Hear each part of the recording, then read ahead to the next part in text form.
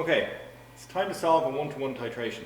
So in this titration, I've reacted hydrogen bromide or hydrobromic acid with lithium hydroxide to give lithium bromide and water.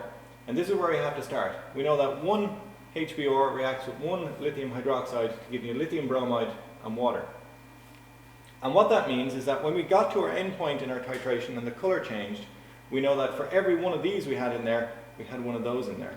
So in every titration there is a standard, and that's the thing that we put in that we know the concentration of, and that reacts with an analyte. And that's the thing that we're trying to find the concentration of. So in every titration there's a standard and there's an analyte.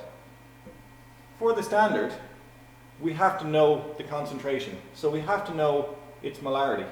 Molarity, as you remember, is moles per litre. The molarity for the standard, you're going to read off the bottle. So in our case, it was 0.1000 moles per litre. We also know how much standard we happen to put in. So in our case, when we were doing our titration, we were adding the standard in. We had the standard in, the lithium hydroxide was our standard. Or in your case, you were using sodium hydroxide, and we had that in the burette. And we added it in until it turned pink. So we had phenolphthalein or phenolphthalein in the flask, and it turned pink in a basic environment, letting us know when we had reached this point, when every one of the HBRs had reacted with the lithium hydroxide, giving you lithium bromide, and the reaction was over. And so we know if that's our concentration, we can read from our burette. If we do it 5 or 6 or 3 or 4 times, depending on how many is necessary to get the required precision, we can work out our volume. So our volume, we've got to measure in litres because our molarity is in moles per litre.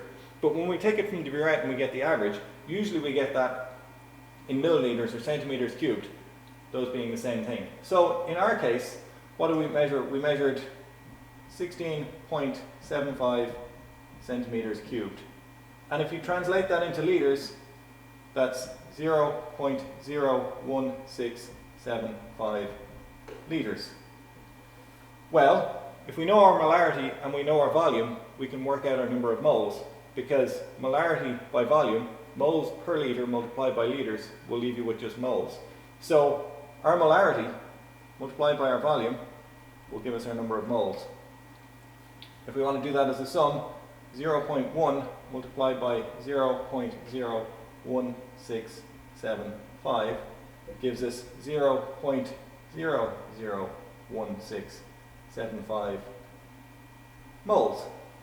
So now we know how many moles of standard we put in, and we know that 1 mole of standard reacts with 1 mole of analyte. So we can translate across there and we can say, well, logically there must be the same number of moles of analyte as there are of standard at our endpoint. So 0.00165 moles. Yeah? So far so good.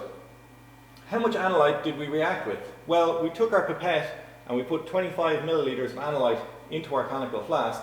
So we know that this has a volume of 25 centimetres cubed or 25 millilitres.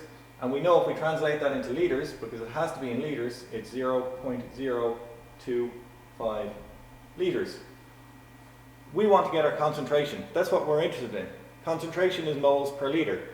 Per being divide, so moles divided by litres. So let's set that up. This is our number of moles, and this is how many litres it was in.